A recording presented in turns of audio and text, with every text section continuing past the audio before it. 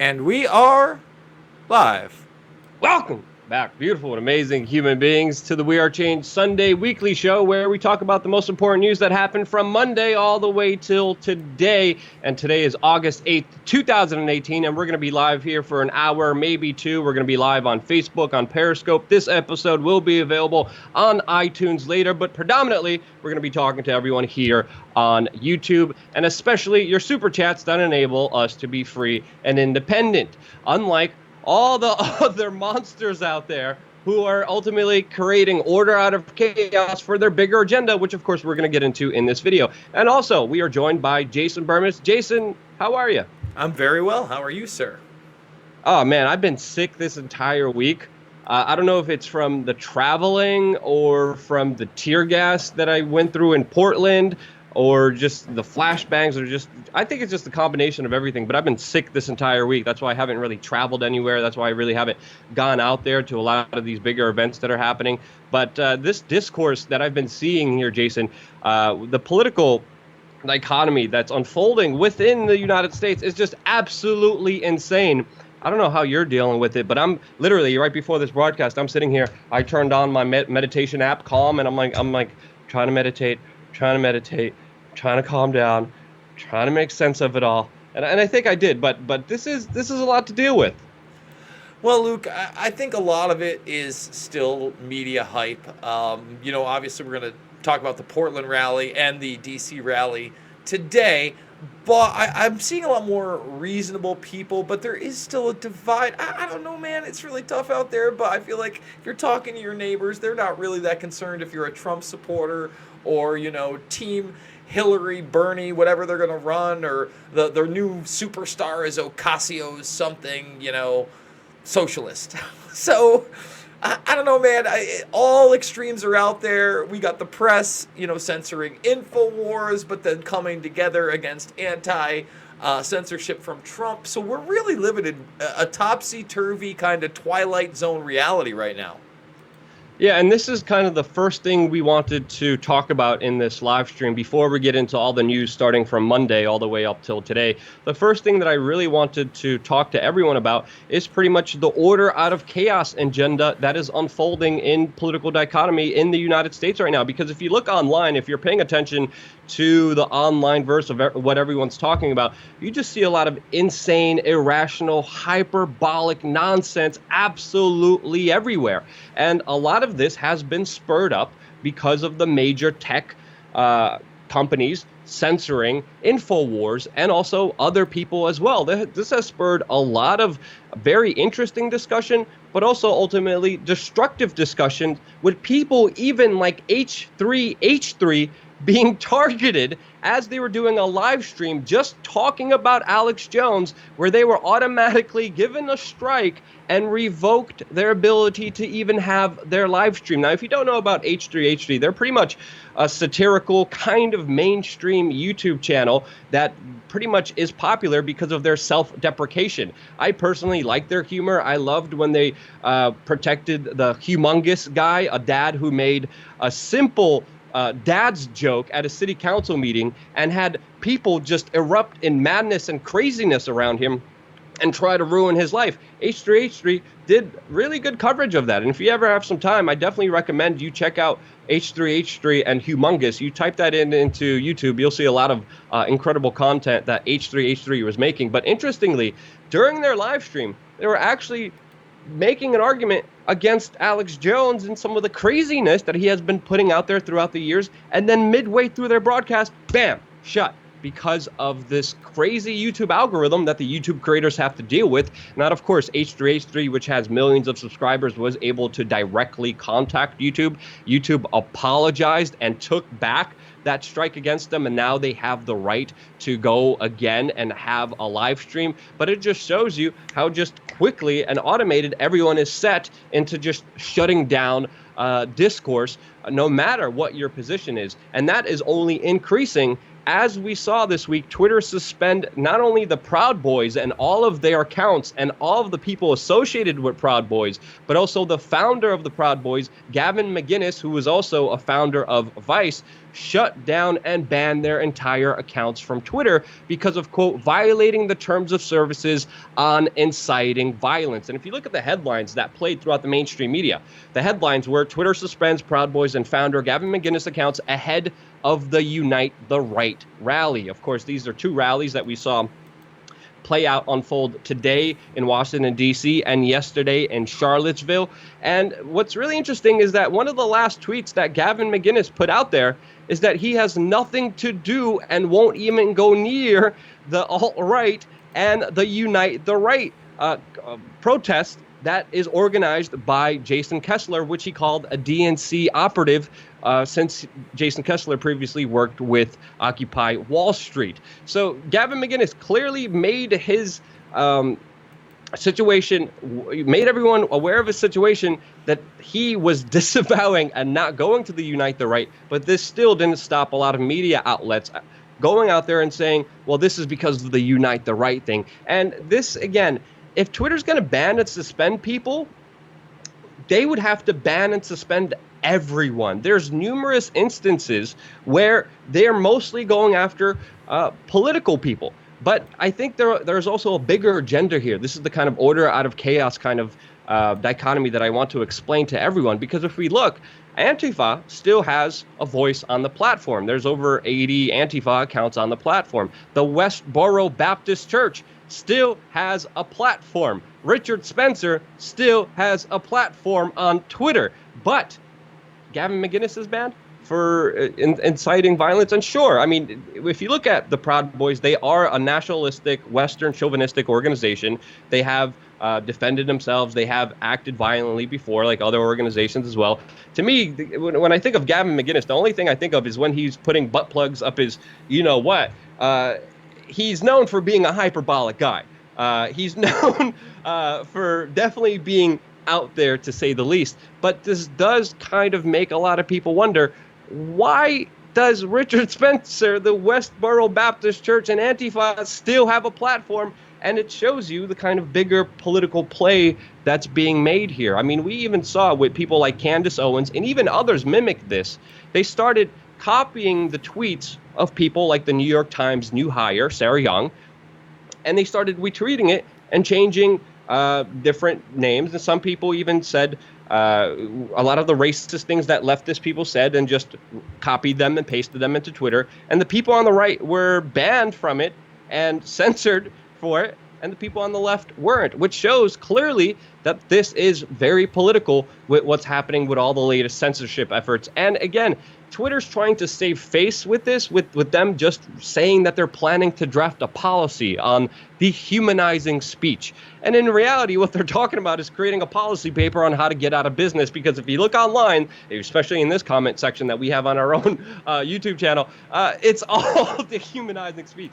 This is a big part of the internet, and seeing it used as a bigger ploy for just politics, censoring people in the bigger public sphere, is just utterly disgusting. And the hypocrisy does need to be called out. And I think it is happening for a new reason. And the people in the establishment and people within the media are smelling blood. Just like Will Chamberlain tweeted, the editor-in-chief of The Verge is even suggesting that Fox News should be taken off air and censored for their views. Sure, I disagree with people like Gavin, like Alex Jones, and even Fox News, but deplatforming them ultimately is just creating a society of classroom snitches that are throwing temper tantrums, trying to get their way, trying to dominate the political discourse. But in their kind of pursuit of power, what they're doing ultimately is giving rise to these people at the same time. And we saw that with Alex Jones this week, because with the establishment tech company censoring him, they just gave his ideas, which are pro-government, fear-mongering, divide and conquer, a bigger platform and more credibility than before. If you look at his website numbers are skyrocketing. There's a reason he has one of the top apps in the Apple App Store right now, in the Android store right now, because the more you try to censor it, the more you promote it. And that's exactly what we saw today in Washington, D.C., with just insane people being promoted with national media coverage. As we saw a picture of this crazy man, Jason Kessler, with all the media attention exactly on him because of all the people trying to stop him. And again, the media establishment is really not only digging their own grave, but they're such hypocrites that it's very, very difficult to ever take them seriously. Right now, there's about 70 news organizations coming together to launch a uniform attack on Donald Trump for, quote, attacking the media. And yes, Donald Trump has said some hyperbolic things, has raised tensions between people and the media. But if we look at things, especially with the way that they unfolded within just this last week, if you look at what happened in Portland, it was a local Oregonian reporter who had a bottle smashed over his head by left-wing protesters. If you look at what happened in Berkeley, it was a journalist who was threatened, who was saying to get back because the cops here are not here and they won't help you. Even yesterday in Charlottesville, we saw protesters, mainly from the left, attacking an NBC News reporter. And what's really interesting about this case is that this attack by leftist protesters on journalists, it's not really being highlighted to the point where people actually went after Brian Stetler of CNN today, to the point where he actually had to come out and surprisingly denounced this unacceptable behavior by protesters in Charlottesville and actually finally called it out, which was predominantly done because of all the people pressuring him, because he's one of the leading front runners saying Trump is bad for saying bad things about journalists. And NBC even ignored the fact that their own reporter and crew were assaulted by left-wing protesters. So that just shows you the dichotomy that's happening there and the bigger kind of political agenda that they're pushing there, ultimately shooting themselves in the foot, creating chaos. And the chaos is self-evident with the more you start looking into all these events and everything that's unfolding. You look at right now, NPR is being criticized and attacked for interviewing Jason Kessler, the organizer, again, white supremacist who organized today's Unite the Right to rally. They're getting viciously attacked. Meanwhile, Vice, that embedded with Unite the Right, the original one that actually happened, that embedded with a lot of the hyperbolic racist speakers, they won Peabody Awards. They were welcomed from doing so. So what we're seeing right now is just the ultimately smashing of dialogue, hypocrisy, and there's even just the conversation nationally is just becoming more and more dangerous. As we saw even today in Washington, D.C., a sign saying it takes bullets to bash fash. And with the conversation growing, a lot of people who are not associated with fascism or the right are being accused of that. Whether it's Tim Pool, Sargon Navakad, even myself, we've been accused of being fascist. We're not. So what's happening here is this hyperbolic tension is only being intensified, and it's being intensified specifically by the media. And what they're doing here is they're creating this chaos. They're fomenting this kind of hyperbolic tensions, giving it rise, promoting it, pushing it. Ultimately, with this chaos, they're going to try to come in and bring in the order. And their order, of course, is we are the authority. You better listen to us. We know what's right for you. Look at all these crazy people infighting. Don't look at what we're doing. Don't hold us responsible for all the corrupt, evil, horrible things we did. Just keep fighting each other, which keeps fomenting, which keeps building, which only brings on more censorship, more destruction of an actual real conversation, to the point where it's detrimental to even engage in conversation. I'm looking at these things. I'm looking online and I'm like, I don't even want to be a part of this. I don't want to talk. I'm here trying to meditate, trying to calm down, being like, this is absolute madness, what's happening.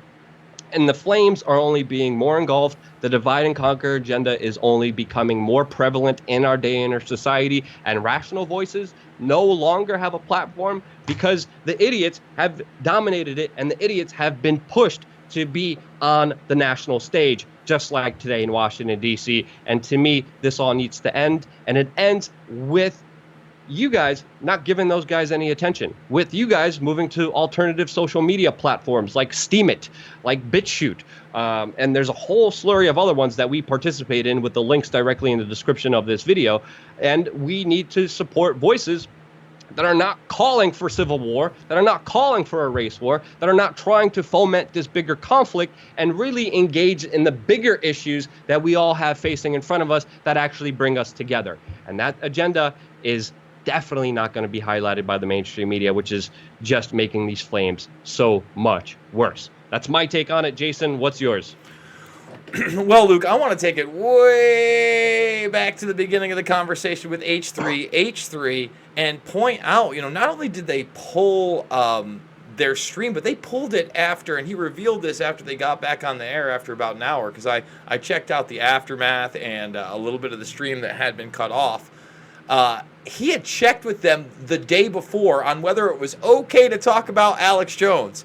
And he had actually talked with one of the YouTube personnel high up and made sure it was all right to discuss. That's why he got so upset. He's like, listen, I had a conversation with, like an executive type on what I was allowed to say and what I was not allowed to say, which to me is extremely bizarre. Obviously, we should be able to talk about a public figure in any manner we see fit, especially if we're not calling for violence against that person or those who may be opposed or support him. And he was yeah.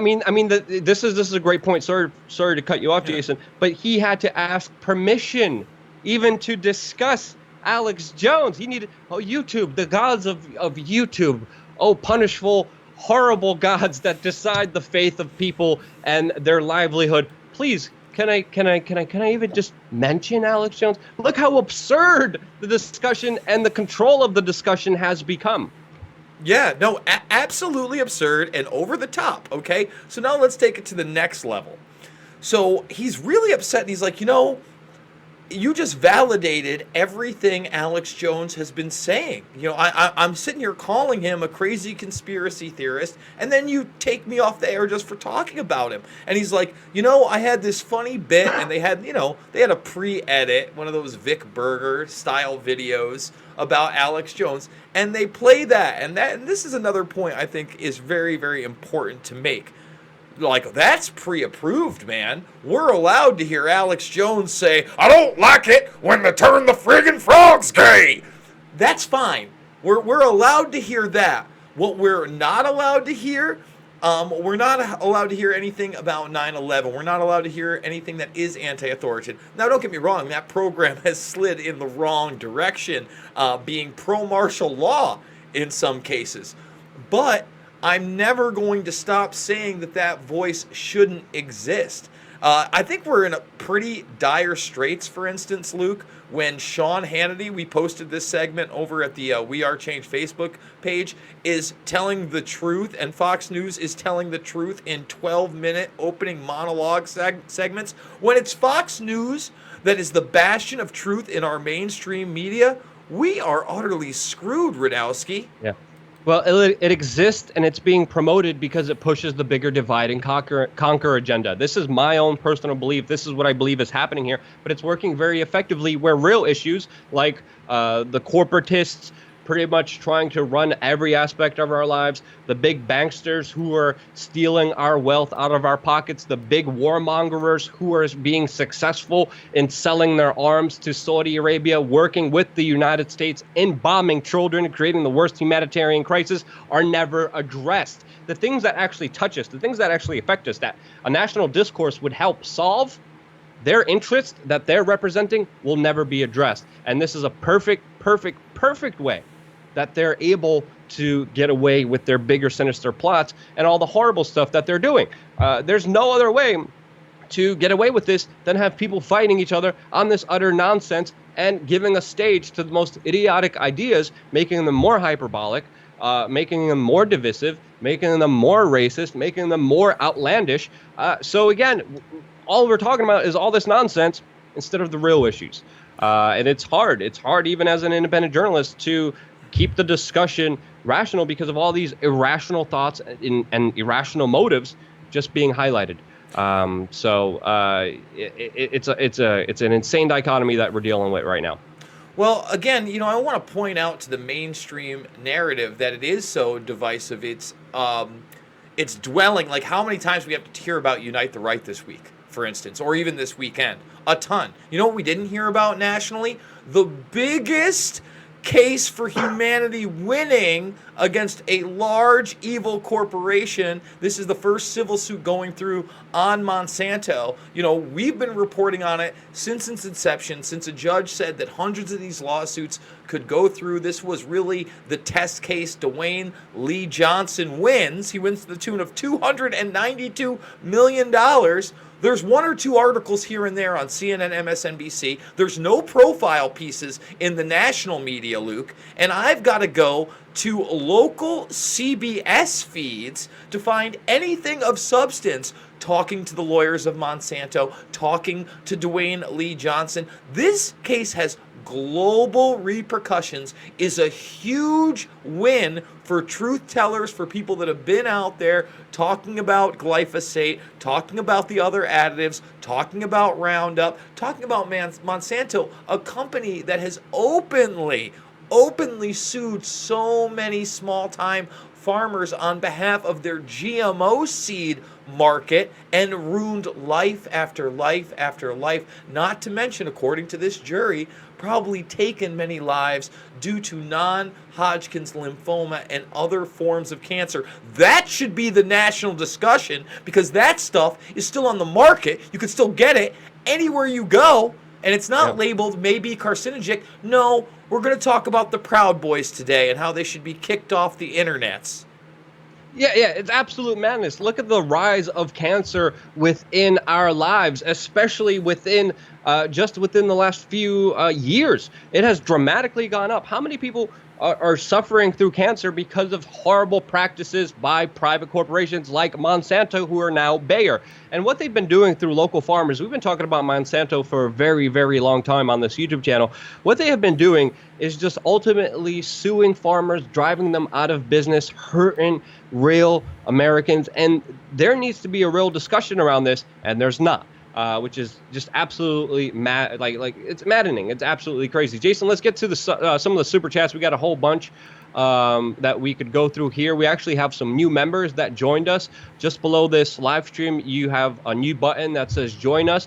This is a new kind of Patreon style system where you guys get perks and special access to certain content if you guys do join us and sponsor us once a month with like a $5 donation or whatever kind of donation you guys want to make. But I wanted to announce, Jason, that we should do the live stream a month, probably the third or second Sunday or Saturday of every month from now on, where we just talk to the members with an exclusive Q&A. So we're going to announce that officially once we get off this broadcast and figure out a good time where we could both talk to the people who sponsor us one-on-one. We're also going to do a similar thing with Patreon and our website. Again, we've got to have multiple monetization platforms since, the big tech giants are chipping away and could take away a lot of them at any time. And that's why we're on Patreon. That's why we have this new subscription service on YouTube. And we also have one on WeAreChange.org /donate. I'm going to take all the list of people who do sponsor us once a month and give them access to an exclusive live stream we're going to do once a month that we're going to announce and expect that to be announced when you guys do sign up. So thank you for all the new members that have joined up, John Whitney and Kingsley Edwards. And now let's get to the super chat. We have one by Patrick Segan, who says, Jimmy Dore and Secular Talk would know more about Osiris? That's the woman. That's Ocasio, I think. Ocasio's Justice Democrats and brand new Congress type candidates like Cenk Uygur would know from TYT. I would agree. I've been watching Jimmy Dore this week. I kind of disagree with some of the ways he comes at certain issues. Same with Secular Talk. I actually reached out to both of them. We're in talks right now to have a bigger discussion on this YouTube channel. But I think it would be very interesting to engage in a dialogue, since Jimmy Dore and Secular Talk, who are both very anti Alex Jones. Jimmy Dore actually spit on Alex Jones once. I was there when that actually happened. These people, Secular Talk and Jimmy Dore, have come out and said, yeah, the censorship of Alex Jones is absolute bullcrap and should not happen. So I give those guys props for not letting bipartisan politics get in their way of their morals and their principles, which is very rare. We got another super chat by James P. He says, the rich and powerful always align with those who will make them more rich and powerful. The left, mainstream media, Antifa, BLM. It's the history of the world. You are watching free speech die before you. Yes, free speech is, I think, effectively dying. But I think there is a bigger kind of sinister agenda to have us fight against each other in this whole kind of tribalism, gang-like mentality that's only being pushed more. What do you think, Jason? Well, I think that's a good point, and one of the things we should point out that we weren't going to go over specifically here is Vox Media leaked an extensive video on this week. Vox Media, who literally just partnered with the new YouTube news division. Hey, you need video equipment, you need editors, you need some money. YouTube's got you, Vox. Well, they targeted WeAreChange, Lauren Southern, Stefan Molyneux, Paul Joseph Watson, Mark Dice as extreme creators that need to be taken off the web. Did a nice little video about it with a very trendy guy, social justice warrior, telling you how he feels. And, oh, that doesn't seem so extreme to me, but... And then it's time to kick us off the internet, too. Look, we don't even have that extensive of a voice. Sure, we beat the crappier shows that are on CNN, MSNBC, CNBC, Fox Business Network. So that's because they're crap. That's because people aren't interested in the same nonsense being spewed at them again and again and again. But it's very hard to keep up with the mainstream narrative and challenge that narrative when we're not allowed to post to social media and our Q words are done and our videos are demonetized, which automatically, and that is a true thing, guys, you hit live on a WeAreChange video, it's done. I have to every time request, does not matter what we put out, we have to request. And that hurts the algorithm out of the gates, because if they can't make money on it, they're not going to promote it. So that limits our reach, our views. That's why we are on BitChute, DLive. That's why, and I think this could bleed into the next story just really quickly, that Ron Paul is saying we need alternatives to social media companies that are silencing dissent. Because as they take that grip and make it tighter and tighter, Luke, I do believe that there's just going to be a new platform that comes up. In fact, Jones announced he's going to put one together yesterday. Now, he's already done that at one point. I remember it failed. It was like InfoWars People or something. I forget what it was. It was a failed social network, but he's going to try again. I don't know that is going to be the answer. But, the 4chans of the world, they come up. The Reddits of the world, there was Dig before that. There's always something that people use to basically challenge the narrative and give their version of the truth and promote free speech. Correct, Luke? Well, if you look at basic economic markets, you always have new companies coming in. And a couple years ago, it was Toys R Us, it was Best Buy, and they beat out their competitors and they became very dominant in their economic sphere with the people that they were able to bring into their stores. Right now, Toys R Us, Best Buy, all of these companies, they're all going out of business because of other people who are able to do their business better, and people going online now instead of going to the actual physical stores. This is the natural progression. And of course, there's some people saying, oh no, I don't want Best Buy, I don't want Toys R Us to go out of business. Well, the market is deciding, the people are deciding. The same thing is happening with the mainstream media. The mainstream media is going out of business. They are trying to postpone it with all their latest censorship, soft censorship, blocking, all the latest attacks that we have to go through, demonetizations, deplatforming, all of those things that are happening are them trying to postpone the inevitable, their collapse. People are no longer buying their crap because, again, the mainstream media is just special interests, no matter who they are, whether they're from the left or from the right, financing big media with the pigs putting makeup on them to regurgitate, eat up their bull crap, and regurgitate and throw up their propaganda on you. People are waking up to the fact like, hey, this is pig vomit being thrown at me. This is not actual information. This is not actual journalism. This is not actually something that benefits me or has an actual effect on my life. Let's go online. Let's check out what other people are doing, what the Corbett Report, what Dan Dix, what the Free Thought Project, what Collective Evolution, what all these other people are doing. And they're like, well, we really like this. And now the big social media controllers are being affected by the mainstream media because they have the same interests, coming in and saying, no, we got to censor this. We got to make sure that not enough people see this. We have to do special paid promotions with Vox and CNN. We got to get Anderson Cooper online. And they're trying to force feed this pig vomit down your throat. And people are saying, enough of this. Enough of this bull crap. And they're moving away from it. So we're still not where we should be. But it is inevitable that the mainstream media and all these legacy media companies will collapse very soon. That's what I think, Jason. Well, I certainly hope you're right.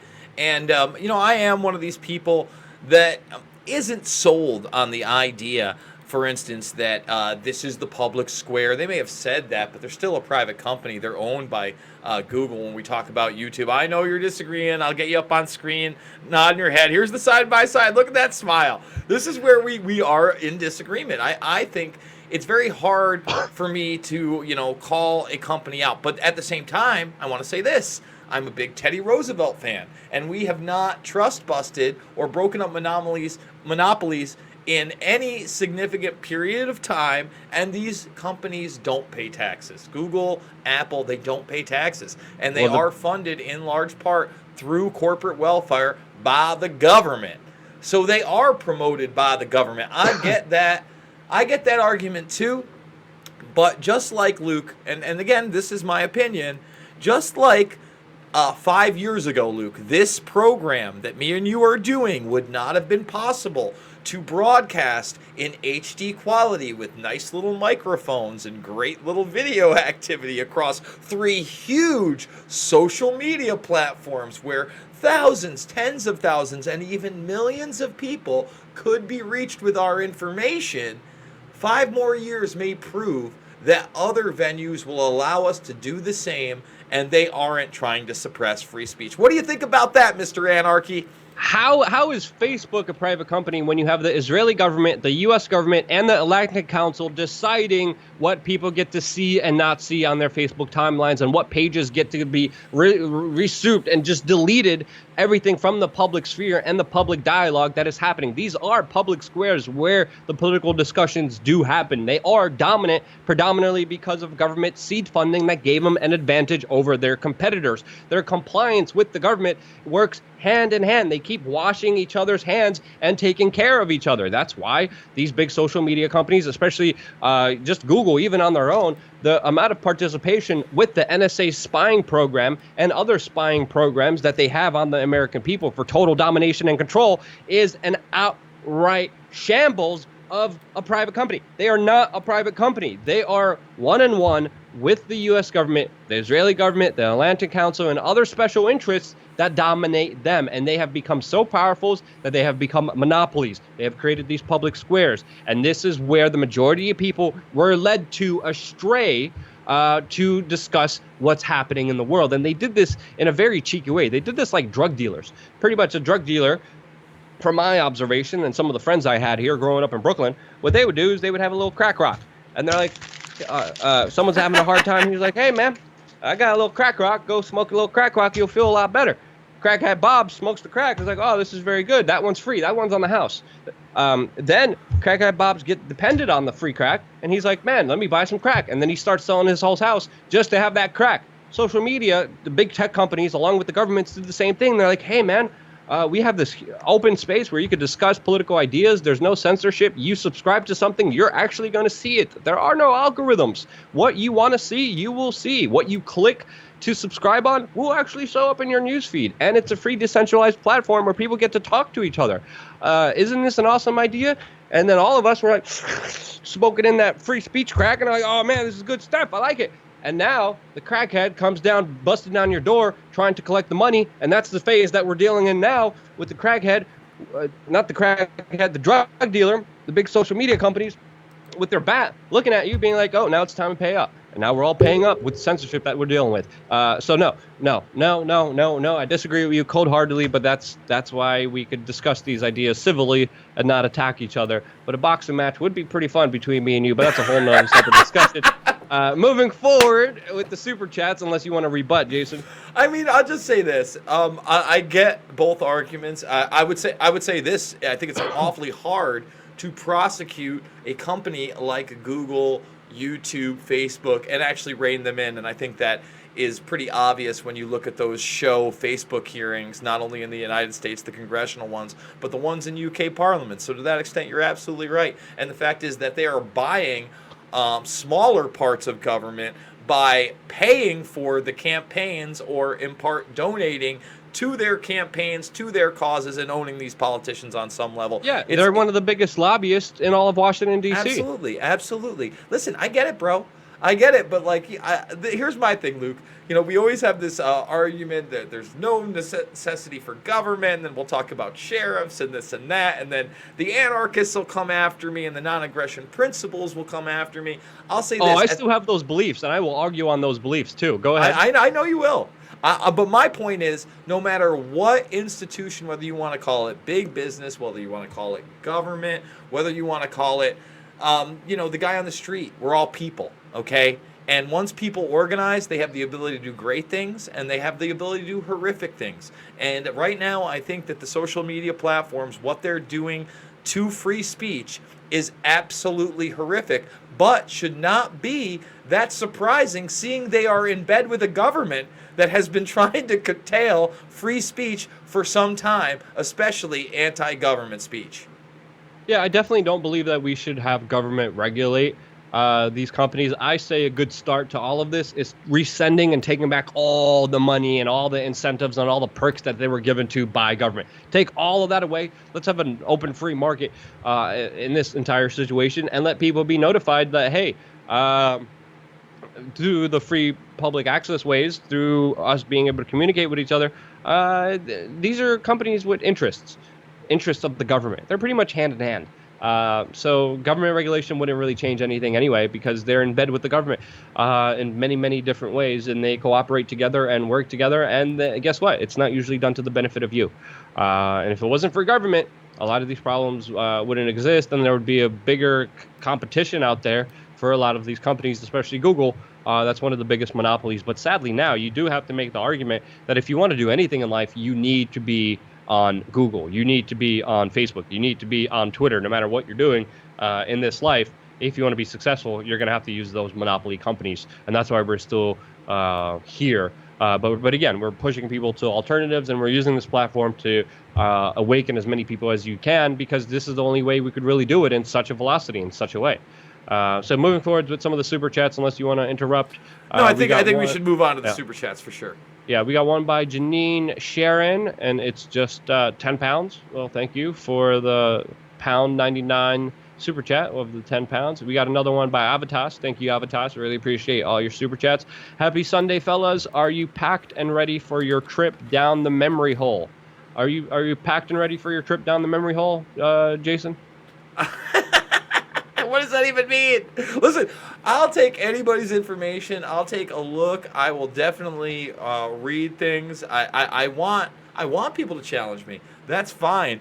But down the memory hole, I don't think that they're going to be able to. Listen, a lot of my stuff got deleted last week. A lot of stuff I'm unhappy about. I'm very... Yeah, a lot of my stuff as well. Yeah, absolutely. You know, there were interviews back in the day with a young Luke Rudkowski and a scamp Jason Bermas together on the Info Warrior program. Really fun stuff. I think there were, stuff that we covered, the G20 in 2008 down in Pittsburgh together. We were kind of live on and off together there. Yeah, it sucks, man. The memory hole, they could try, but again, once it's on the internets, folks, somebody's archived it. Somebody out there's got it. That's why peer-to-peer networks, file sharing, torrenting is so important. And when that stuff goes away, something else will come up. They will never be able to silence us completely. And at the end of the day, Luke, that's one of the reasons I do this. A lot of people are like, oh, well, no one's listening to you, Jason, or you're not making a difference. Hey, future generations will have access to a Jason Bermas film or a podcast or a video, and hopefully they can look at that and say, some people were asking questions. Some people weren't part of the establishment. They can look at, Luke Rudkowski confronting Rothschild or Kissinger and go, wow, somebody walked up to these demons and really confronted them. Maybe I'll do the same in my generation, in generation ZYXL millennial. I don't know what the hell they're going to call it. But I'm just saying that I think this stuff is going to be there forever, no matter how hard they try to unperson us. Well, it depends. China is a good case study where that actually didn't really work out for the benefit of the people, and they totally censored everything, which what they're doing right now with in cooperation with Google. But that's a whole other discussion, since Google is a private company and can do what they want, according to Jason Bermas. Michael Holiday gave us a $2 super chat. He says, "I fought the frogs, and the frogs won." I like that super chat. Sorry, I'm still sick and recovering. Mike Sunkin, $1 super chat. Thank you so much, Mike Sunkin. We still got Monday through Saturday to get to, which we're going to get to after we address some of these super chat. We got another super chat from Roosevelt. Sent you tweet from Roosevelt 2017. New documentary on is QAnon a cult? Can you please share? I guess we did, Roosevelt, through your super chat, so thank you. We got more racism and anti-Semitism in the chat room that we don't think would be beneficial for this conversation to exist. But yeah, if you guys want to do the super chats, do the super chats. But when they're obviously very racist and derogatory, I won't read them. We got another super chat by Mimo. He says, Kessler is a plant. He's talking about Jason Kessler, the organizer of today's Unite the Right 2 rally. The evidence is in the Zero Hedge article, Conservatives Sound Alarm Over Unite the Right 2 rally organized by known provocateur. I like Zero Hedge, so if you get a chance, definitely check out their platform and check out that article, Unite the Right 2 rally organized by known provocateur. I'm going to read that one right after we get there. We got a lot of racist people being angry, but that's okay. That's their problem. We got another super chat. Where is it? By Lewis67, and he says, free Alex Jones. And yeah, I disagree with Alex Jones on so many different things. I really don't like him on so many different issues. We have so many disagreements, but he should be free to have communication, and we should be able to discuss ideas, whether they're good or bad, in the public dichotomy, because that's the only way to find out if they're good or bad, and to progress society forward instead of censoring them, villainizing them, and ultimately promoting them, which has happened with Alex Jones. All right, Jason Bermas, now let's talk about the news that happened Monday. And you had this article picked. Do you want to go over it? Yeah, absolutely. U.S. Senate calls on Julian Assange to testify. It was a letter signed by Senator Richard Burr and Mark Warner, and they want, I think that this is obviously a stunt, a trick. I don't think they're interested in an actual conversation or the evidence that Mr. Assange will provide that would debunk all this Russiagate, the Russians, the Ruskies. Hey, you want time on the media, Luke? Talk about some Russians, okay? So now, remember, we didn't want Assange, there are no sealed indictments, we're not trying to get Assange, blah, blah, blah. And then we have an administration that really won because of WikiLeaks, talked about how much they love the WikiLeaks. You see the WikiLeaks? I love the WikiLeaks, the good WikiLeaks. I can't get enough WikiLeaks. And now they're trying to bait this guy into our country so that they can put him under lock, key for the rest of his life, no trial, and silence really one of the great journalistic entities of our time.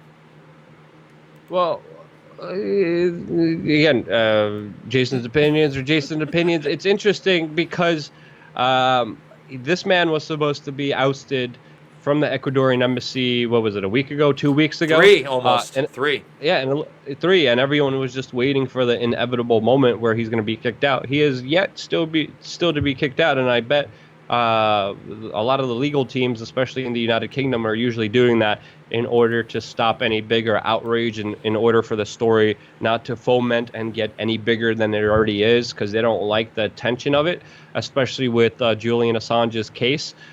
It will be interesting. Julian Assange and his lawyers are reaching out saying that, yes, they'll be willing to testify as long as we don't get secret indicted and thrown in jail. Even in the the United Kingdom, when they were talking with the Ecuadorians, allegedly the Ecuadorians were like just promised that he won't get the death sentence. So it's going to be very interesting. This letter is confusing, because it's very clear that they want him out of the Ecuadorian embassy, and that he is going to be facing charges definitely in the United Kingdom, and very, very likely in the United States, even though it's not talked about because of the secret indictments that they have against him. Tuesday's story is definitely a very hard one to cover, Jason. I did a specific video just about this on our YouTube channel. And it's not an easy story to talk about, because it's one of the worst things that could ever happen to somebody. You want to take it? Absolutely. I think you skipped one of them, but we're going to go with this one. And this is obviously the Saudi-led strike that killed the Yemen children. Really rough. There's a video on this one. Again, it's very upsetting and concerning to me that the U.S. media is not talking about this, that this isn't something that dominated the media over the week or the weekend, or has even really been discussed, since there are bombs and missiles hitting children in school buses. And guys, again, we can't play what CNN can play. We can't show you this video. It's heart-wrenching, man. It's really graphic. I mean, You're talking about dead children on the side of the road, injured children being taken into cars and taken to places where they can receive medical attention. And once again, there's not a peep about the $400+ billion arms deal we did with Saudi Arabia. There's not a peep about how we help them pick the targets, except for people like Rand Paul. And believe me, they're few and far between. They're not getting the appropriate time on the media, and our media refuses to discuss this situation in any meaningful manner, Luke. Yeah, when they're talking about the Saudi-led strike, they're talking about the United States Saudi-led strike, which is, again, missing from CNN. The United States has troops on the ground, boots on the ground in Yemen right now, and it came out, according to an official AP investigation, that the U.S.-Saudi coalition is fighting alongside al-Qaeda, even paying off some of their members to flee a town and to move, and without shooting a shot, they're going in there declaring victory over al-Qaeda. Meanwhile, obviously, Saudi Arabia, that promotes Wahhabism all over the world, is very closely tied in with al-Qaeda.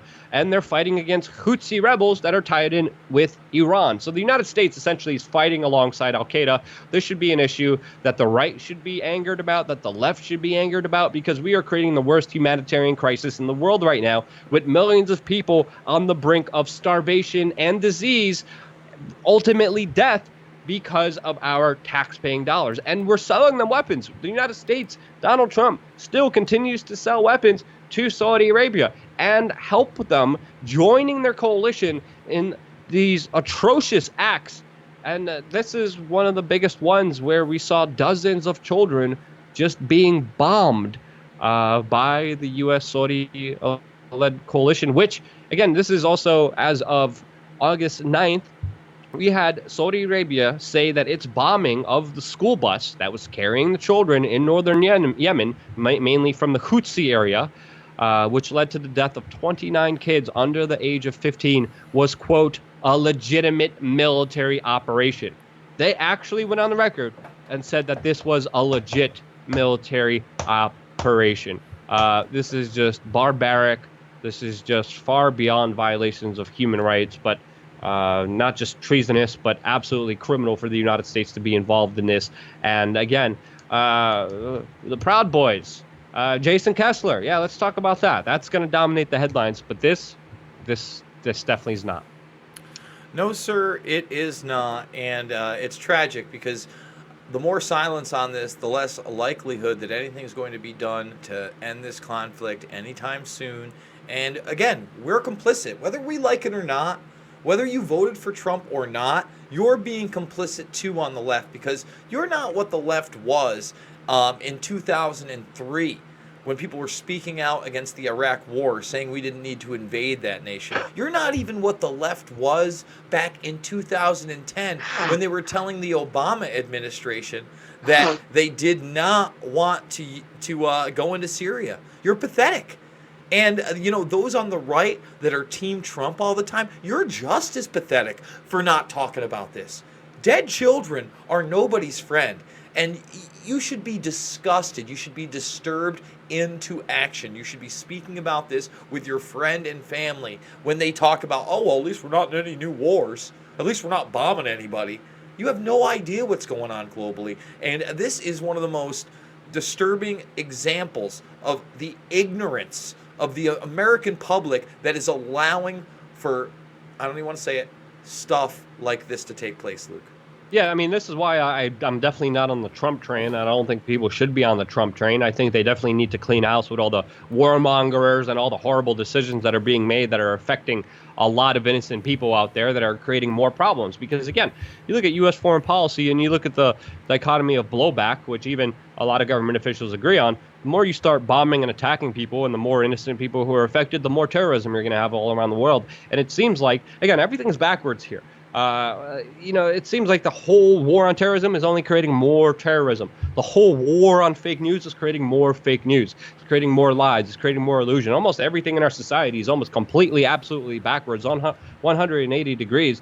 And that's why, again, it's hard to deal with sometimes, to be completely honest with you. All right, you want to get into Wednesday's story?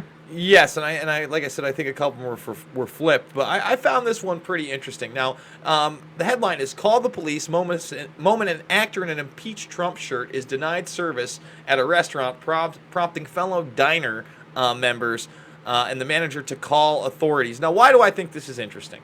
Well, number one, we have now these instances where the Trump administration is out eating food. They can't eat there. People who are wearing MAGA hats are having their drinks thrown in their face. Sometimes they're telling people that they won't be served. Now, this kind of flipped the script a little bit and kind of shows you that America isn't as divided as you think. On one end, people need to know that this is a hidden camera series. Absolutely. Of what would you do? Yes. And the show shows a man walking into a diner wearing a politically themed shirt. The shirt specifically saying to impeach Donald Trump. So go ahead. Yeah, he's got the impeach 45 on. So, obviously the stage is it's set up, but the customers are real. So the manager comes over and he says, "Get out." Now, what I thought was great about this is that you had, the liberal white guy going, "You're doing the right thing, call the cops."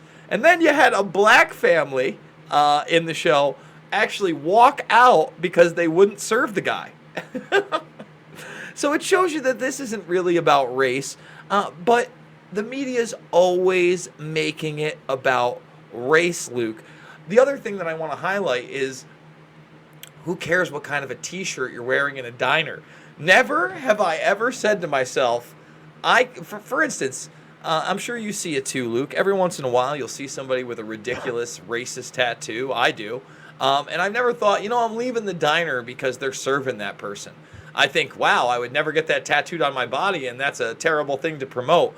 But since when in America did people care so much about your hat, who you're supporting for president? We used to be able to just serve one another, get along, maybe point out, I can't believe that person's doing that, but here's his French fries and his hamburger, and go about our day. But that doesn't seem to be the case anymore. Yeah, it's all order out of chaos, hating a fellow man, so we don't deal with the real issues that are affecting us, which we've been saying. It's the whole order out of chaos that's happening there. It's idiotic. I don't agree with the whole you must bake the cake. I think this is all dumb. It's all stupid. Let people be stupid all they want. There's a guy in here calling the cops. Why the hell? And again, just let it go, man. Just meditate for frick's sakes and stop being such. People take themselves too seriously. That's a whole big other problem that I see in our society. Just let it go, man. Meditate and take some magic mushrooms and chill out. All right, Thursday's story, Jason. Yes, sir. We're moving on, and it looks like a longtime Roger Stone ally, one of his main aides, Andrew Mueller, has been held in contempt of court for refusing to testify in the Mueller probe. And let me tell you, I probably would too, but this just shows how they're putting the squeeze on everybody in the fake Russiagate scenario. and that Roger Stone is actually out on InfoWars right now begging for money because of the legal fees that he's spending against Mueller and his team. Now, I'm not calling for sympathy for Roger Stone. This is the godfather of lobbying, one of the most disgusting practices of all time. But it shows how much this Mueller probe will go after people and try to ruin you, not only in the public square, but in your wallet for something that is no more than fiction, Luke. Yeah, this whole case is just becoming more and more absurd. What ramifications is this contempt of court charge going to have? And will this guy have to speak or face, 7 years in jail? I believe so. I believe that's the initial. I'm sure, that's the first threat, but whether or not, let's say he gets the 7, maybe he serves 3, maybe they go for 7, he gets 1, he gets out. But again, remember when Fox News just a couple of weeks ago was saying that Tony Podesta was offered immunity for a similar crime to Manafort what's he got to have immunity for? You never indicted him. You never charged him with a crime. And then as soon as we report that, 5 people are indicted. None of them are Tony Podesta. The Manafort trial goes underway. Tony Podesta's not up there testifying against him. Why isn't Tone indicted? Why isn't he being held in contempt? It's important to note here that Tony Podesta and what's this guy's name? Robert Mueller worked together on their different lobbying interests. They committed the same crimes. So again, big hypocrisy. But I did hear something that Tony Podesta was indicted. We have to fact check that just to make sure we're all of our talking points are correct here, because I heard first he was given protection by Robert Mueller. And then now he is getting indicted under the kind of Manafort case that's happening here. Sorry, I'm just getting my facts here.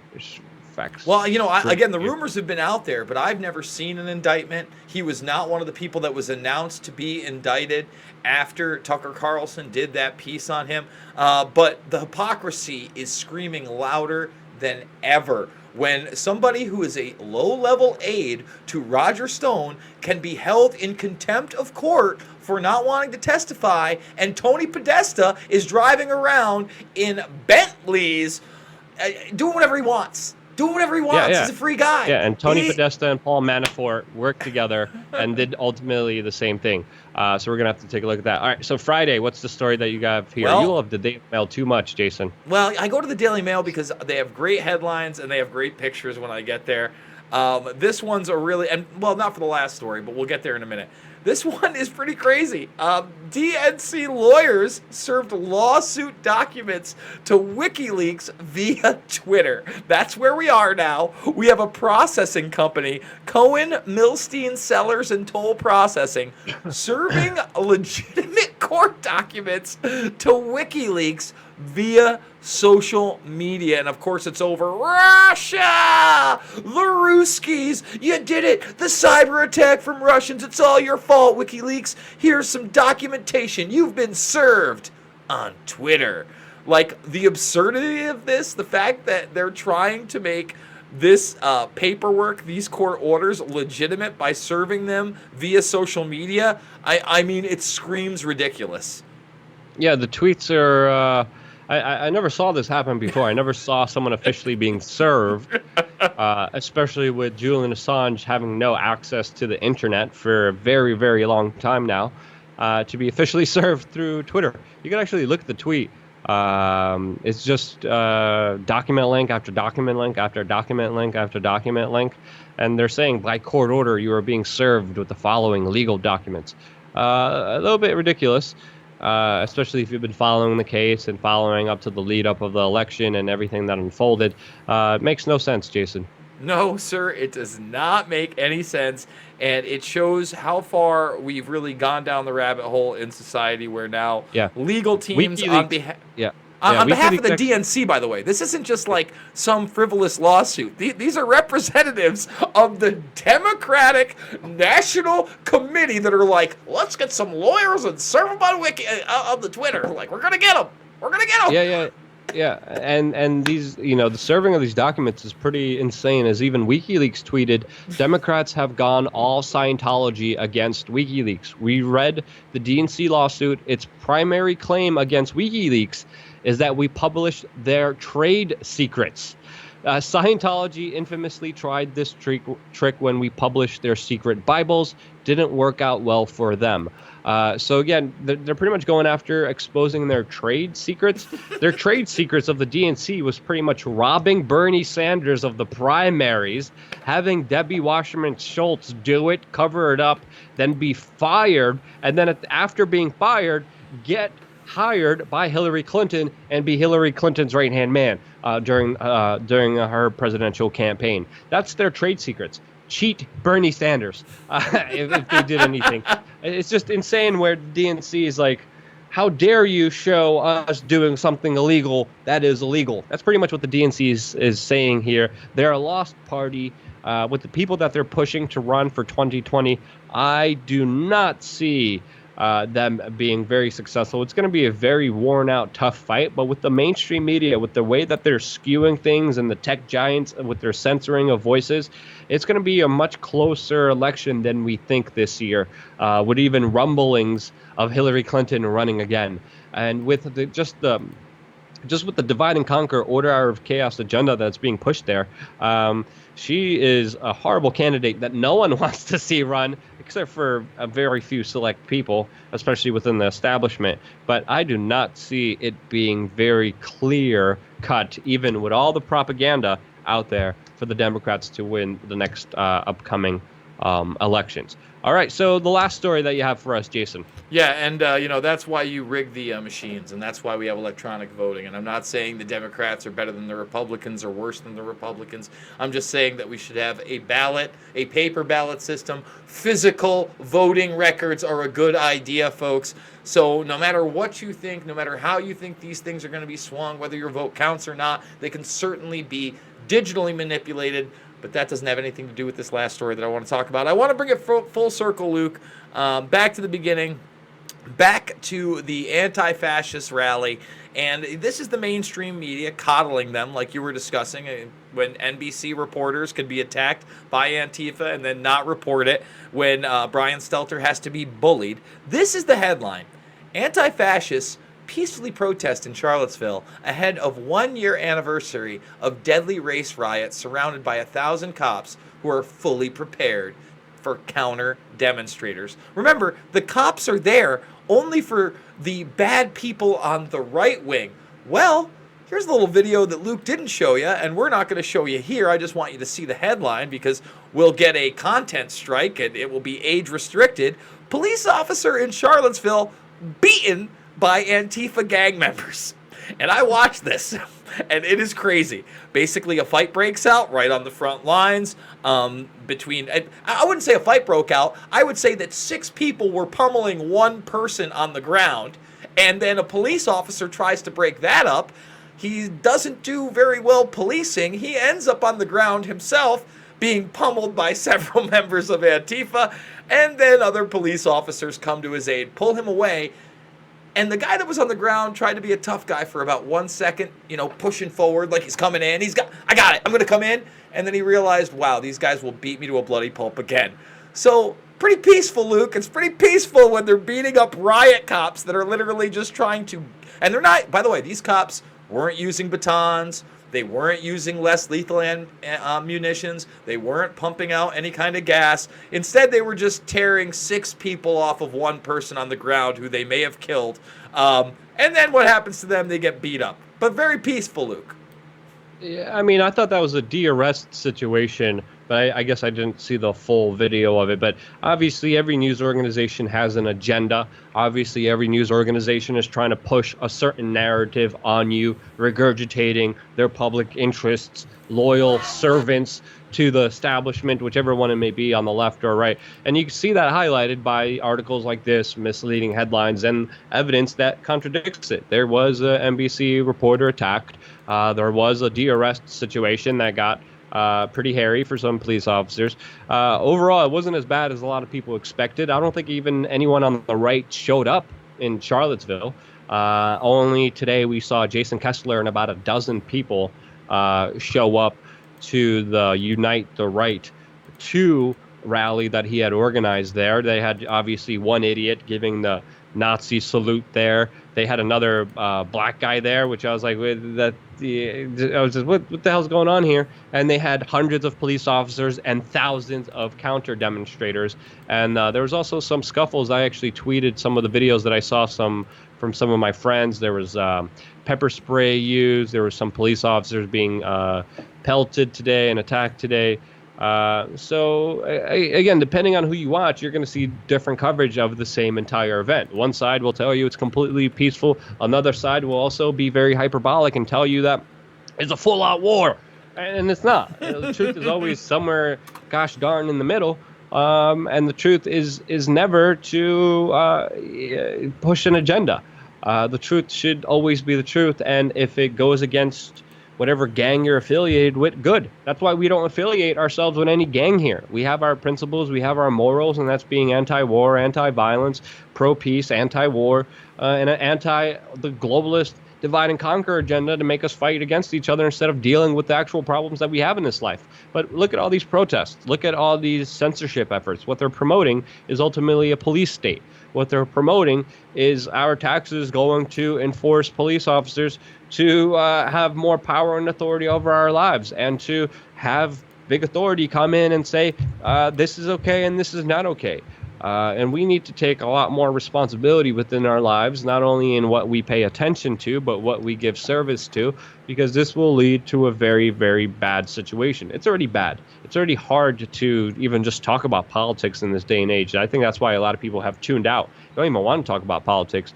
It's a little bit difficult for me because I'm like, this is just absolute dumbassness. And I'm sick of all the dumbassness. We got another super chat by Mimu. Mimu? How do you say that, Jason? It seems like Meow. I don't know. Meow. Meow. Meow. Meow. And he says, sorry to see you go, Steve, for a $2 super chat. Yeah. Thank you for that super chat. Obviously, we're not going to be addressing a lot of the crazier comments that we have in our super chat. If people still want to send them, they can, whatever. But doesn't mean we always have to read them. But even if you, again, it's about pushing the discussion in a rational way. And I think it's important. I think it's more important than ever to vote with your attention and to decide what you click on, and not to give these crazies the attention that they're getting right now. And you know what? Speaking of that, I think you're absolutely right. Vote with your attention. Vote with your knowledge. Vote with your clicks. I want to bring up to everybody, we got a backup channel. It is youtube.com/LukeWeAreChange. We need you to subscribe to that backup channel in case anything happens here. That gives us an ability to communicate with you, to live stream with you. And well, we're in the process of monetizing that, right? Well, trying. We have to get 1,000 more monetized. subscribers. We've got to get a certain amount of views, although we did get a lot of views with two of the really cool interviews, very long-form stuff you don't see on the main channel very often, outside of the live stream, of course. I have an open discussion with half of Media Roots, Robbie Martin, about the banning of Alex Jones. I open up a little bit more than I ever have about my relationship with Alex and what I did over there at InfoWars. And, of course, the Isaac Cappy interview has been the best video I've done on the backup channel to date. It's over an hour long. It is extremely well sourced, almost a mini documentary, and it kind of reins Cappy in a bit from some of the things he said off the cuff.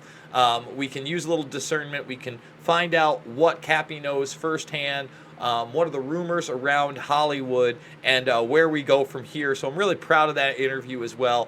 Check out the Pulse Change channel. Subscribe. We're trying to get that monetized, and we're trying to get that into a bigger platform as well. Yeah, we've been busting our butts here because you have to bust your butts to be competitive in this news realm. I mean, we released 1, 2, 3, 4, 5, 6, 7, 8, 9, 10, 11, 12. What was it? Like almost 13 videos within the last 7 days. A lot. So we've been releasing 13 videos, busting our butts, trying to make sure. And it's not easy because, like, I always come from the perspective of what value could I give the audience that they can't get anywhere else. For the person who's tuning out of the news, and doesn't like to watch the propaganda out there in the news and doesn't like to be involved in it, this Sunday show is a great idea, because then you get to see everything that happened Monday through Sunday without the programming, without the divide and conquer schemes, without the bigger agendas that play here trying to push you in a certain direction that works out in the benefit of someone else. We don't do that. We tell you what happens. You get to look at the articles and the sources as we're talking about them. And it's important to have that kind of platform, because I don't see a lot of other people doing it. And a lot of people in our field are going out of business because of the rampant attacks by the big tech giants, by the big mainstream media companies, with the censorships that are happening there. We got another super chat by Kathy Madison. Again, thank you for the super chats, Kathy Madison. They help us run this operation and be free. And it's important for all of us to be as free as we can. Whether it's to ideologies, whether it's to political classes, whether it's to gangs, whether it's the left and right, we're free of all of that bullcrap, and we're able to piss off both sides, which we're not trying to do, but the truth always does. So Kathy Madison, thank you so much. And she says maybe the new hosting site called real.video. I think that's a new one that was started by Mike Adams. Jason, I'm not sure. But it's the Mike Adams one. I've heard that he put something together, but I don't know a lot about it. Yeah. There's another one that we use on Steemit. So if you go to steemit.com /@LukeWeAreChange, let me get that link here. I'll send it actually to the chat room. There's actually an alternative that runs partially through the blockchain. I sent that to the main chat room right there, steemit.com /@LukeWeAreChange. And all our videos are out there. We made a big archive of everything that's backed up on different servers and different hard drives, just in case for the inevitable day that we get kicked off of here. But at the same time, you could also watch a lot of what we're doing on dlive.io. I'm going to send the link on there too. It's another alternative platform that runs on the Steemit social media platform. And the Steemit social media platform is a very interesting one. It's kind of more like Reddit. But I really do enjoy that platform. A lot of people were calling it a scam ever since its early inception, but it hasn't been a scam. It hasn't scammed anyone. A lot of people are doing pretty well on that platform because the whole system is run through cryptocurrencies. So if you vote on content, if you leave comment on content, especially earlier it's left, you actually own cryptocurrencies. And a lot of people have been taking that cryptocurrency and using it and changing Steem to Bitcoin and to USD, or through other currencies like Dash or Smart Cash and all these other platforms that are out there. But if you look at the whole kind of playing field that we're dealing with, there's a lot less of us than there was before, Jason. And this job is definitely not easy. People are like, oh, you're a YouTuber, you just travel and do all this. No, this is a lot of hard work, man. Especially, you have to be careful here, Jason, too, because one small mistake, one small fraudulent slip, and your entire reputation is just utterly destroyed. And that's why I try not to speak in kind of generalizations as much as I can, and try to be as detailed as possible and share both sides of the story.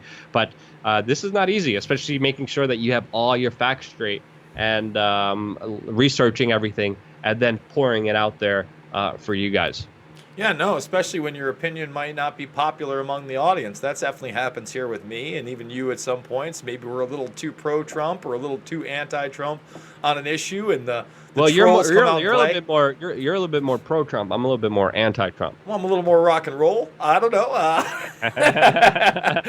I'm just saying, man. There are times where we know through analytics who the majority of our audience is, and there are times that I'm going to say things that may upset them. And on top of that, as far as the work goes, guys, an hour-long interview with Cappy, putting in 10, 12 video clips, 20 different articles, sourcing that, I think I spent that had to be a good 10-hour edit altogether. Setting these things up, having conversations with people behind the scenes, because I don't want to look at things through just one lens, Luke. I had long conversations this weekend with a number of people, including TruthStream Media, about a number of subjects. So, this is a gig where you got to have your finger on the pulse of society. You've got to know what to look at in the news realm, and you have to be aware of the content you think is important to bring to the audience, and not so much what the audience wants to hear. Yeah, exactly, because there's a responsibility you have here, and that responsibility is very daunting. It is very heavy, and that's why I try to be extremely careful. But the YouTube algorithm and the YouTube system pushes people to release as much content as possible. It's quantity over quality, which is something that I had to get used to, because everything I always do, I want it to be nice. I want it to look good, and not just pump out content and just to be careless about all the information that I'm putting out there. Because again, it's a huge responsibility that we have here that we do take very seriously. Majority of all the videos I do predominantly have sources, so people could fact check everything themselves. Because again, we have to be responsible, because if we're not, we're only helping the dichotomy get worse in this country, and it's already at a low point the lowest point that I have seen it at in a very, very, very long time. But I am seeing on our broadcast that we do have to fix this, Jason, because it says we are live, but then when I click on videos, it's a video from last week. So that's something also that we have to figure out to set the date of when we're live, and set this new broadcast as well. Yeah. So we definitely got to take care of the little details, Jason, as well. It's mainly me and Jason doing predominantly all the work here. So yeah, I'm trying to look at the chat room, seeing what you guys are saying. There's a nice comment here, says Luke has a boner and he hits a wall. What part of Luke hits the wall first? And people are like, his nose. Low. Okay, yeah, okay. That's an interesting comment, to say the least. Okay, so any other comments you want to address in the chat room? Anything else you want to say, Jason? I just want to thank the audience, and apparently I'm not a little more rock and roll, Luke. I'm a little more howdy doody, according to one of the commentators. I would agree with that. I would kind of agree with the howdy doody comment. Yeah, I'm a howdy doody guy. Again, I just want to say to everybody that we are living in dangerous times when the media can decry a president who they constantly attack, who is critical of the mainstream media, all at the same time, while being pro-censoring the biggest voice in alternative media, whether I agree with him or not, because I disagree with him. I know you do. I know you do. And I'm pretty vocal when I disagree with the man as well. But my point being is, this is kind of a blessing for us right now. Who knows if we're here next week live streaming? Who knows if we're here next month on the platform at all? CNN took us down a couple months ago, because we were broadcasting C-SPAN and the what was it? The State of the Union speech. Yep. We were broadcasting that. CNN put a fake copyright strike on us, getting rid of our ability to be live for about a month. Yep. With no accountability, with no way for us to even fix that. CNN just said, no, this is ours, when it wasn't, incorrectly hurting our business. And we have been dealing with little incidences like that for a very long time. It's just ridiculous. Yeah, and we don't have that H3H3 juice where we can just get on the Texty McText and be like, hey man, what's the deal? Can we just go live in like 20 minutes? No, they're like, no, you're done for a month, sorry. So it just shows the hypocrisy out there. And again, I just want to thank the audience for sticking with us. Go get some cool t-shirts at our Teespring shop, share the links, sign up to the backup channel, follow us on Twitter, and be the change you want to see in the world. I agree. Thank you, Jason, so much for joining me, and thank you all you beautiful, amazing human beings. I love you. Stay tuned for a lot more, especially every single Sunday around 7 p.m. Eastern. We will be here as long as we can be here. Thank you again for watching.